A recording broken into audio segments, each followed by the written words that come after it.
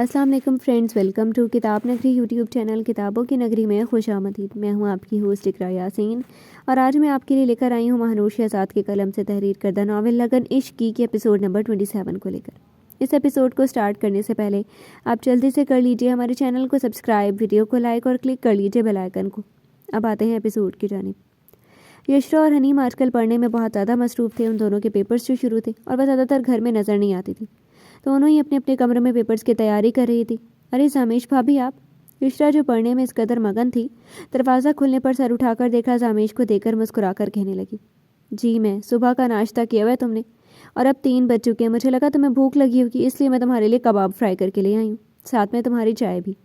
زامیش tray اس کے سامنے رکھتے ہوئے کہنے لگی۔ وہ مسکرا دی، شکریہ بھابھی۔ یشرا اس کی فکر پر خوشی سے اس کا شکریہ ادا کرنے لگی۔ یہ سب چھوڑو، مجھے تم سے کچھ بات کرنی ہے۔ زامیش اس کے سامنے بیٹھتے ہوئے سنجیدگی سے بولی، تم آزاد میں انٹرسٹڈ ہو؟ زامیش جو کب سے بات کرنے میں جھجک محسوس کر رہی تھی، بالآخر اس نے آج پوچھ لی۔ یشرا اسے دیکھنے لگی۔ میں اس لیے پوچھ رہی ہوں، اگلے ہفتے تم دونوں کی شادی ہے، تاجی کی خاطر تم نے حامی ضرور بھری تھی، مگر میں جاننا چاہتی ہوں اگر تم خوش نہیں ہو تو میں بات کر کے شادی روک سکتی ہوں۔ زامیش اس کے چہرے پر نظریں مرکوز کیے اسے بتانے لگی۔ یشرا اسے سن رہی تھی۔ میں خوش ہوں، میں 16 سال کی عمر سے اس انسان سے اپنی خوشی کو وابستہ کیے ہوئے تھی، مجھے وہی چاہیے، میں اس کے ساتھ خوش رہ سکتی ہوں بھابھی، کیونکہ مجھ جیسے کو آزاد کے علاوہ کوئی نہیں جھیل سکتا۔ کبھی اعتراف نہیں کیا میں نے، مگر میرے دل میں صرف وہی تھے، وہی ہیں اور وہی رہیں گے۔ میں وہ پہلا پروپوزل بھی صرف آزاد کی وجہ سے منع کر رہی تھی۔ یشرا لبوں پر مسکراہٹ سجائے اس کی پریشانی ختم کرتی اسے بولی، جس پر زامیش بھی مسکرا گئی۔ چلو اب پڑھو، مجھے بس فکر ہو رہی تھی تمہاری۔ زامیش اسے کتاب کی طرف اشارہ کرتی کہتے ساتھ باہر کی جانب بڑھ گئی۔ یشرا واپس سے پڑھنے میں مصروف ہو گئی۔ منصور صاحب عاصم کے گھر آتے ہی سید پور کے لیے نکل گئے تھے۔ وہ زامیش کی شکل دیکھنے کو ترس گئے تھے۔ ان کے بہت اصرار پر آفرین بیگم اور عاصم مانے تھے اور اب وہ ان کے لیے سید پور کے لیے روانہ ہو گئے تھے۔ وہ بس اپنی کی گئی غلطیوں کی معافی چاہتے تھے۔ یہ ناول آپ کتاب نگری یوٹیوب چینل پر پڑھ اور سن رہے ہیں۔ نہ جانے یہ صبح سے کہاں غائب ہے، کل مجھے کہا تھا سارا وقت میرا اور اب نظر ہی نہیں آ رہے ہیں۔ زامیش منہ بسور کر زہران کے متعلق سوچتے خود سے بولی۔ زامیش میں کتنا سوچنے لگ گئی ہوں زہران کو، وہ 24 گھنٹے میرے ذہن پر سوار رہتے ہیں۔ زامیش ایک جھرجھری لے کر خود پر ہنستی سر جھکا گئی۔ اسی کو تو محبت کہتے ہیں۔ میں بھی آپ کی طرح صبح سے اپنے محبوب کے دیدار کو تڑپ رہا ہوں۔ اذان اس کے ساتھ آ کر بیٹھتا ہے، شاعرانہ انداز میں کہنے لگا، اللہ اتنی خالص اردو۔ زامیش مسکراتے ہوئے اسے دیکھتی کہنے لگی۔ اذان نے بالوں میں ہاتھ پھیرا، شروع سے کتابی کیڑا ہے، پڑھائی کے وقت اسے کوئی بھی نظر نہیں آتا، میں معصوم بھی۔ اذان چہرے پر ہاتھ رکھتا منہ بسور کر حنیم کی شکایتیں اس سے کرنے لگا۔ ڈونٹ وری، شادی کے بعد سارا وقت ہی آپ کا ہے۔ زامیش اسے تسلی دیتے ہوئے کہتی مسکرا دی، شادی میں ابھی بھی پورے 9 دن باقی ہیں۔ اذان مایوسی سے سر جھکائے بولا۔ زامیش کہا لگا کر ہنستی، کیا باتیں کر رہی ہے؟ تبھی زہران گھر میں داخل ہوتا، ان دونوں کو ٹی وی لاؤنج میں بیٹھا دیکھ کر اس کی جانب بڑھتا زامیش پر نظریں جمائے پوچھنے لگا، اذان اپنے بھائی سے بول دو کہ مجھ سے بات کرنے کی قطعاً ضرورت نہیں ہے، جہاں صبح سے تھے وہیں رہیں۔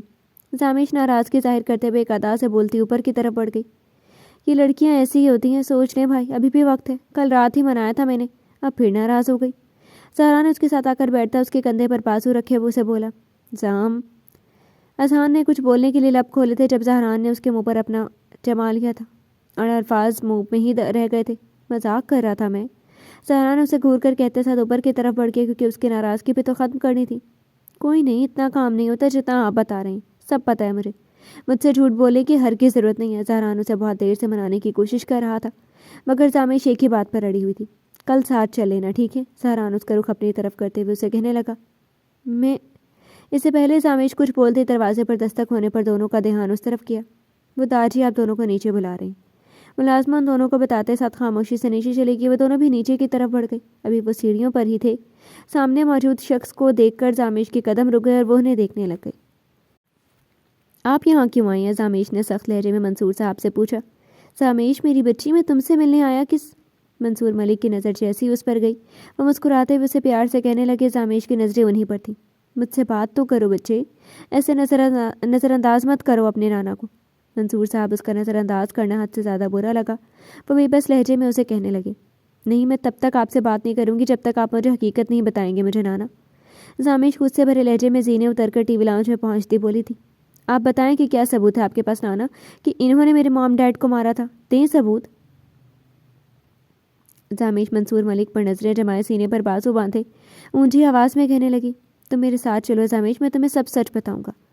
منصور ملک اس کی جانب ایک قدم بڑھا کر نرمی سے اسے بولے۔ عاصم خاموش کھڑا تھا۔ اب سچ بتائیں جو سچ ہے۔ آپ کے پاس ثبوت ہے کوئی؟ اس کے بعد یہ بات کریں گے۔ زامیش ان کی بات پر بے اختیار ان سے پھر بولی۔ سب لوگ خاموش کھڑے تھے۔ مجھے نہیں معلوم بچے، مگر اس شخص نے میری بیٹی کو قبول نہیں کیا تھا، اسے گھر سے نکال دیا تھا۔ جب اس کی موت کی خبر سنی تو مجھے اسی پر شک ہوا تھا، کیونکہ یہی میری بیٹی کو پسند نہیں کرتا تھا۔ ہوا بھی ایکسیڈنٹ تھا۔ منصور ملک آج اپنے منہ سے حقیقت بیان کر رہے تھے۔ زامیش انہیں سن رہی تھی۔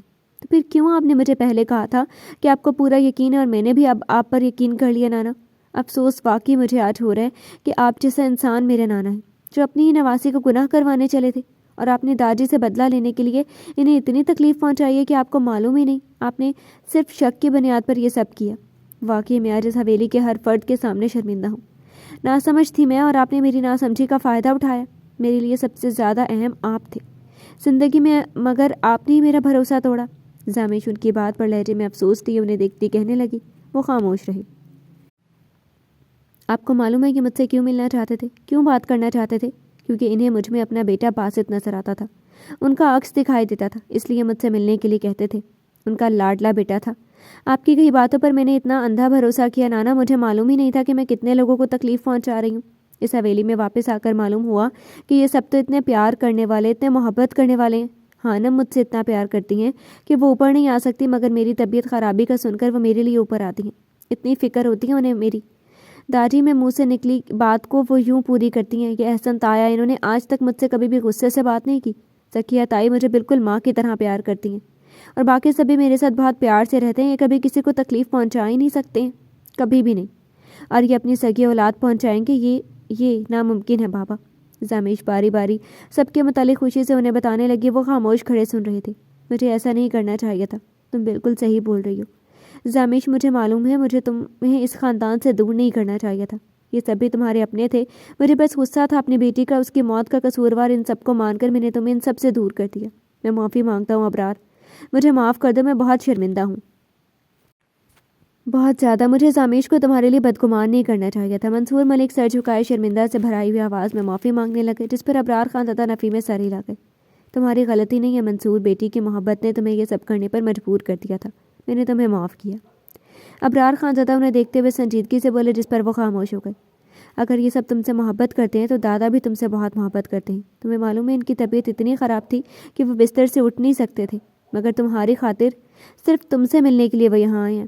عاصم جو کب سے خاموش کھڑا تھا بالآخر وہ بول پڑا، جس پر زامیش نے بے اختیار ان کی طرف دیکھا۔ میں اس سب کے قابل ہوں، وہ صحیح بول رہی ہے، چلنا چاہیے ہمیں۔ منصور ملک عاصم کو سرد لہجے میں کہتے ساتھ واپس جانے کے لیے چل دیے۔ زامیش انہیں جاتا دیکھنے لگی۔ اس کی آنکھوں کے سامنے بچپن سے لے کر اب تک کے منظر لہرائے۔ نانا، زامیش کی بھرائی آواز کانوں سے ٹکراتے ہی منصور ملک کے بڑھتے قدم رک گئے تھے، اور وہ پلٹ کر اسے دیکھنے لگے۔ آپ کی زامیش بس آپ سے خفا تھی، آپ کو اپنی غلطی کا احساس ہو گیا تھا، یہی بہت ہے، مگر آپ نے مجھے باپ اور ماں دونوں کی طرح پیار دیا۔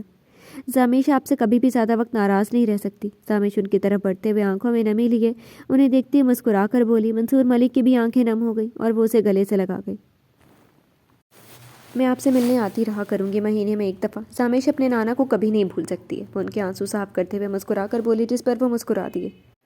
اور تم نانا کی طبیعت کا خیال رکھنا، سمجھے؟ ان کی میڈیسن وقت پر دیتے رہنا۔ زامیش عاصم کی طرف دیکھتے ہوئے ستم بھی کرنے لگی۔ وہ ہلکا سا مسکرا دیا۔ تم بھی اپنا بہت خیال رکھنا زامیش بچے، مجھے انتظار رہے گا تمہارا، منصور صاحب شفقت بھرے لہجے میں بولے، جس پر وہ اس بات میں سر ہلا گئی اور وہ دونوں چلے گئے۔ زامیش انہیں جاتا دیکھتی اوپر کی طرف بڑھ گئی۔ زہران اس کی حالت سے اچھی طرح واقف تھا، اس لیے فوراً اوپر کی طرف بڑھ گیا۔ یہ ناول آپ کتاب نگری یوٹیوب چینل پر پڑھ اور سن رہے ہیں۔ زہران کمرے میں داخل ہوا جہاں وہ بیڈ پر بیٹھی آنسو بہا رہی تھی۔ زامیش، زہران اس کی جانب بڑھتے ہوئے اسے پکارنے لگ گیا۔ زامیش نے نظروں کا تعاقب اس کی طرف کیا۔ رو کیوں رہی ہو؟ وہ پریشان سا اس کی آنکھوں میں آنسو دیکھتے پوچھنے لگا۔ زامیش نم آنکھوں سے اسے ہی دیکھ رہی تھی۔ اپنی حرکتوں پر رونا آ رہا ہے، پہلے داجی کے ساتھ بدتمیزی کرتی رہی اور اب نانا کے ساتھ بھی۔ زامیش سوسو کرتی ناک پہنچ کر کہنے لگی، جس پر وہ اسے دیکھتا رہ گیا۔ یار تم تو ایسے رو رہی ہو جیسے میں تم پر بہت ظلم کرتا ہوں، جبکہ میں نے تمہیں کچھ کبھی بھی نہیں بولا۔ زہران معصومیت کی اداکاری کرتے ہوئے اسے بولا، جس پر وہ اسے نم آنکھوں سے دیکھنے لگ گئی۔